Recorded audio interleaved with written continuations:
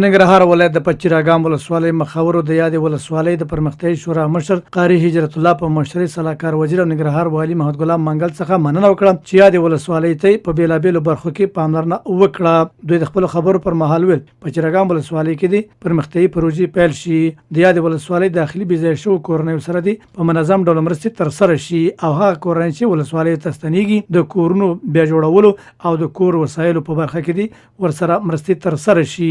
یاد مخاور د سلاکار وزیر او ننګرهار والي د پاملرنې څخه مننه وکړه چې په امنیتي او نورو برخو کې پچیراګام ولسوالۍ ته وکړه او ټینګار یې وکړ چې د ولسوالۍ ته لا هم زیاته پاملرنه وشي.